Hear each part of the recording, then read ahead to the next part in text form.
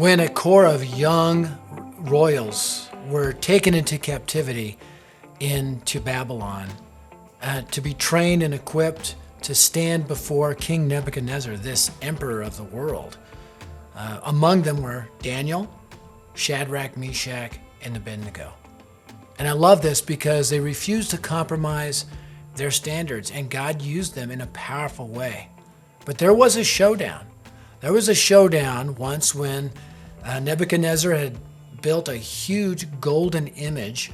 I personally think it was an image of himself, that all the people of the world that were gathered at this place were to bow down to at the sound of music. But when those trumpets sounded, Shadrach, Meshach, and Abednego refused to bow because they were Jewish. They were committed to Yahweh, the true God, and they would only bow before him.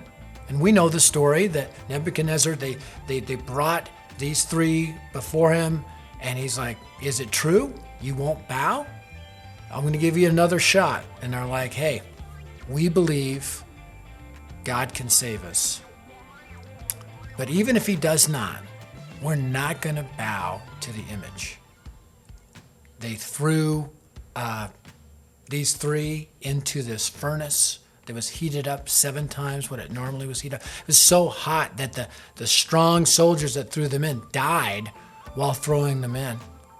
But when Nebuchadnezzar looked into the fire, what did he see? We know. He saw those three and one who looked like the Son of God. I personally believe it was Jesus in the fire with Shadrach, Meshach, and Abednego because they refused to bow the knee. There's something about unlikely fighters who refuse to bow the knee. When I think of this, I think of my big brother, Doug. He had a lot of excuses.